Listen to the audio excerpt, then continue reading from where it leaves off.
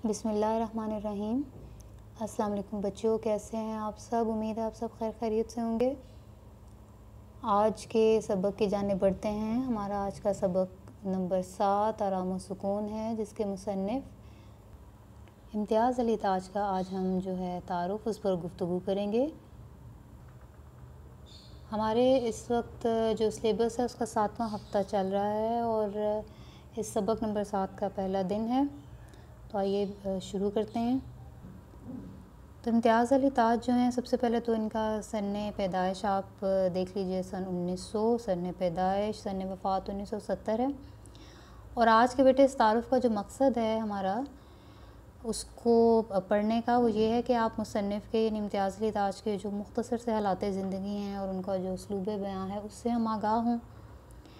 आप लोग मुकालमा निगारी के फ़न से मुतारिफ़ होंगे। मुकालमे पर आप 8वीं जमात से काम कर रहे होंगे, कुछ थोड़ा बहुत आपको अंदाज़ा है। लेकिन क्योंकि आराम व सुकून सिन्फ़ अदब के अतबार से एक ड्रामा है, तो हम देखेंगे कि ड्रामे में मुकालमा निगारी की क्या अहमियत है। और सबसे जो आज की ख़ुसूसी चीज़ है वो ये कि संजीदा और मज़ाहिया तहरीर के फ़र्क से आप रोशनास हो सकेंगे।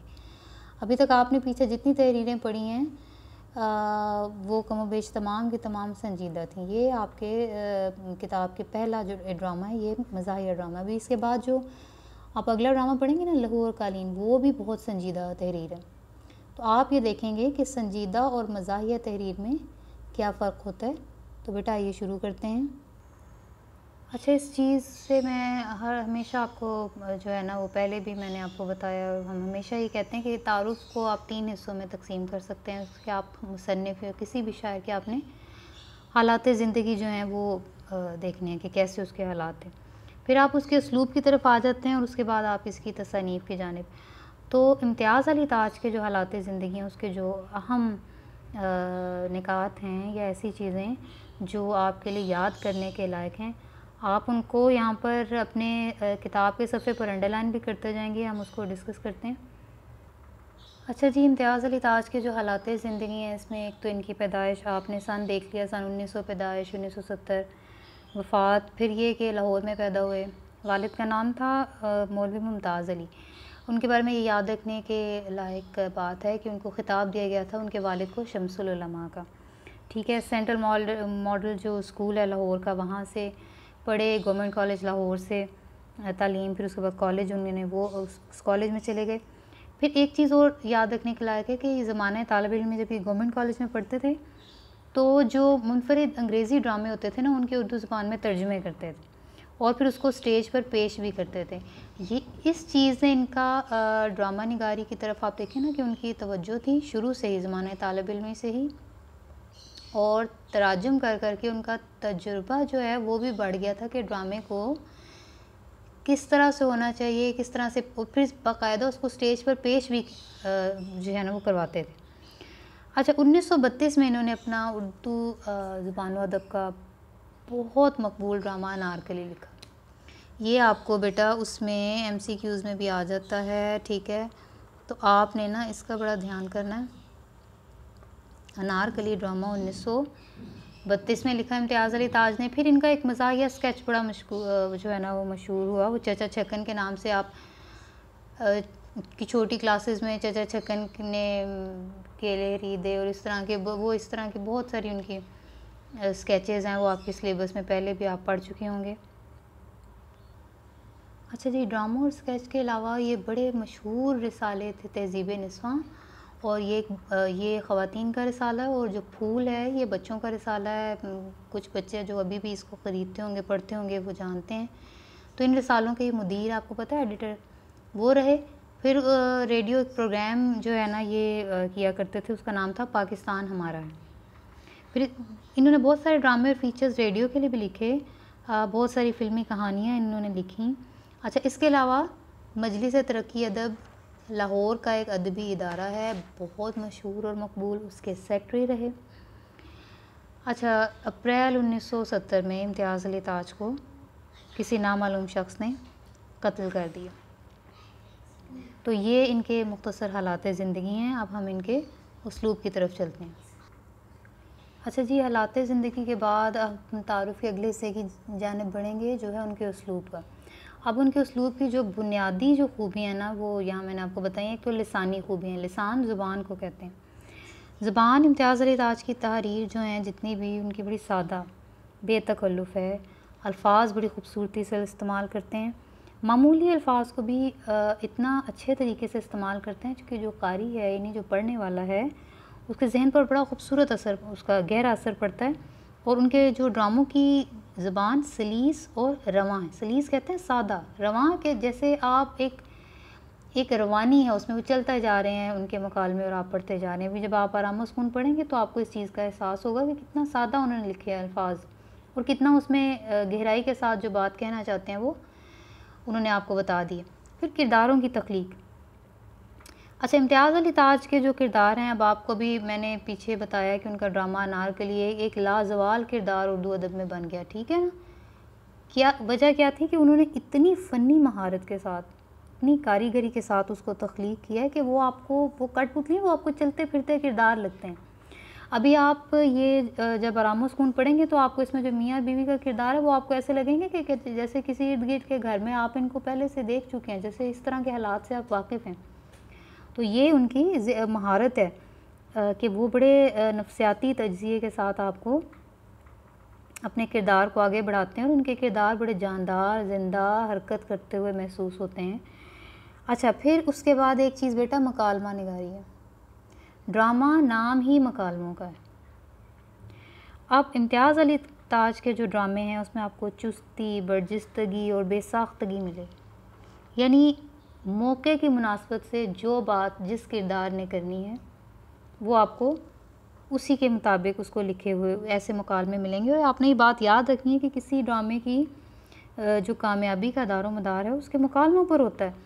आपने बहुत सारे अगर टीवी पर ड्रामे देखे हों तो आप कहेंगे कहानी तो अच्छी नहीं थी, लेकिन वो जो किरदार है ना, उसके डायलॉग बड़े खूबसूरत थे। अब उन्होंने भी मुकालमों की तरफ बड़ी तवज्जो दी है और मुकालमे में ये चीज़ याद रखने के लायक है कि जो किरदार, जिस तरह का किरदार जो शख्स निभा रहा होता है उसके मुकालमे उसके मुताबिक होंगे। यानी अगर एक सब्ज़ी में एक घरेलू मुलाजिम है तो वो उसी तरह की ज़ुबान बोलेगा, मुकालमे होंगे जैसे एक मुलाजिम के होते हैं। एक रेडी वाले के मुकालमे इसी तरह के होंगे जैसे रेडी वाला बोलता है। अब ये नहीं कि एक डॉक्टर बैठा हुआ है और वो ज़ुबान रेडी वाले की इस्तेमाल कर रहा है और एक जो कोई घर में मुलाजिम है वो इस तरह से बोल रहा है जैसे वो यहाँ का मालिक होता है। यानी मुकालमा लिखते हुए आपके पेश नज़र ये बात होती है कि उसका जो किरदार है और उसका मुकालमा किस तरह का होना चाहिए। और ये चीज़ जो है इम्तियाज़ अली ताज के यहाँ बड़ी महारत से वो इस चीज़ को बरतते हैं, अपने किरदारों को और अपने मुकालमों को। और ये उर्दू अदब के ड्रामों में ये चीज़ बहुत कम नज़र आती है और यही इम्तियाज़ अली ताज की कामयाबी का सबूत है। अब आप ये देखें कि जज्बात निगारी, ठीक है, इनके यहाँ जज्बात निगारी की मिसालें बहुत उम्दा हैं। आप अभी तो आराम सुकून देखेंगे, ये तो खैर एक मज़ाहिया तहरीर है, बड़ा खूबसूरत हल्का फुल्का सा मज़ाहिया ड्रामा है। आपके जो लाहौर बोर्ड के सेकंड ईयर की इसमें कुर्तुबा का काजी इनका एक ड्रामा है, जज्बात निगारी। यानी वो एक ऐसे काजी का किरदार है जिसके बेटे ने कत्ल नहीं, उसका ऐसा हुक्मरान जिसके बेटे ने कत्ल कर दिया है और वो अपने बेटे को ख़ुद फांसी देता है। तो जो उसके मकालमे हैं और वो जो किरदार हैं वो इस कदर ख़ूबसूरत हैं जिसकी कोई हद नहीं। इसी तरह से अब ये जो एक अलमिया ड्रामा है अनारकली, इसके आप देखें जज्बात के बहुत खूबसूरत मनाजिर इसमें नज़र आते हैं। तो ये चीज़ें इम्तियाज़ अली ताज की कामयाबी का सबूत हैं। अभी जो आपका इनका ये जो बड़ा मशहूर ड्रामा है आराम सुकून, जिसे अभी हम पढ़ेंगे, इसकी वाज़ेह मिसाल है कि मज़ाक इस तरह का है कि आपको ऐसे नहीं लगेगा कि आपको ज़बरदस्ती हंसाने की कोशिश की जा रही है, कोई तकल्लुफ़ नहीं, बस इर्द गिर्द के किरदार हैं, हल्के फुल्के से उनके मुकालमे हैं, लेकिन इसके बावजूद उन्होंने इसमें मज़ाक पैदा किया है। अच्छा जी, जहाँ तक आपका ड्रामा है आराम सुकून, इसके बारे में आपने दो चीज़ें याद रखनी है। एक तो ये कि ये यक बाबी ड्रामा है। यक बाबी ड्रामा होता है one act play. One act play जो होता है बेटा, ये बड़ा आप समझ लें कि मुख्तसर सा ड्रामा होता है जो आप आधे घंटे में आप समझिए जिसको पेश किया जाए तो ये ख़त्म हो जाता है, ठीक है। और अगर आप इसको मतलब स्टेज पे पेश कर रहे हैं ना, तो स्टेज के सामने मतलब मंज़र नहीं बदल सकता, वहीं से वो शुरू होता है और वहीं पर वो ख़त्म हो जाता है। किरदार एक जगह से निकलते हैं, दूसरी जगह से आते हैं, लेकिन मंज़र नहीं बदलेगा। अच्छा, दूसरा जो ये आपने याद रखनी है, ये पॉइंट नोट कर लें कि यकपा भी ड्रामा है, और दूसरा ये कि मज़ाक के ज़रिए बुनियादी तौर पे एक मज़ाहिया ड्रामा है, ठीक है। कहानी है ऐसे मियाँ बीवी की कि वो मियाँ जो है वो बीमार है घर में, और डॉक्टर ने उसको कहा है कि इसको आराम और सुकून की ज़रूरत है, क्योंकि ये बहुत दफ्तर का काम कर कर के ये थक गया है। और बीवी जो है वो ज़्यादा से ज़्यादा कोशिश कर रही है कि शोहर को आराम मिले, लेकिन उसकी कोशिशों का क्या नतीजा निकलता है ये हम ड्रामे में देखेंगे। बुनियादी तौर पे मज़ाहिया ड्रामा है, लेकिन मुसन्निफ़ ने इसमें इस्लाह का काम लिया और हमें ये बताने की कोशिश की है कि किस तरह से आप बीमार के किसी बीमार की तीमारदारी के तरीके और सलीके से आपको आगाह करने की कोशिश की है कि अखलाकियात क्या हैं और मरीज़ की आदत जो है वो किस तरह से करनी चाहिए, ठीक है। अभी उम्मीद है कि आपको समझ आ गई होगी। आज का घर का काम जो है वो ज़रा नोट कर लें। हाँ जी, तो उम्मीद है कि जितने पॉइंट्स बेटा हमने आज आपस में डिस्कस किए हैं वो इम्तियाज़ ताज के, एक तो आपने उनको छोटे छोटे से मुख्तसर सवालात की सूरत में जितने पॉइंट्स मैंने आपको बताए हैं वो आपकी किताब में उनके तारुफ़ पे लिखे हुए हैं, आपने उनको अंडरलाइन कर लेना है, उन्हें याद करना है, लिखना है, मुझे अपना काम इनबॉक्स करना है। और इसके अलावा बेटे एक आपने और काम करना है कि इनका एक बड़ा मशहूर मज़ाहिया ड्रामा है बेगम की बिल्ली। आप उसको कहीं इंटरनेट से पढ़ सकते हैं, कहीं से भी ढूंढें, तलाश करें, आप उसको एक दफ़ा पढ़ें तो वो भी बहुत लुत्फ़ देने वाला ड्रामा है अगर आप उसे तलाश करके पढ़ें।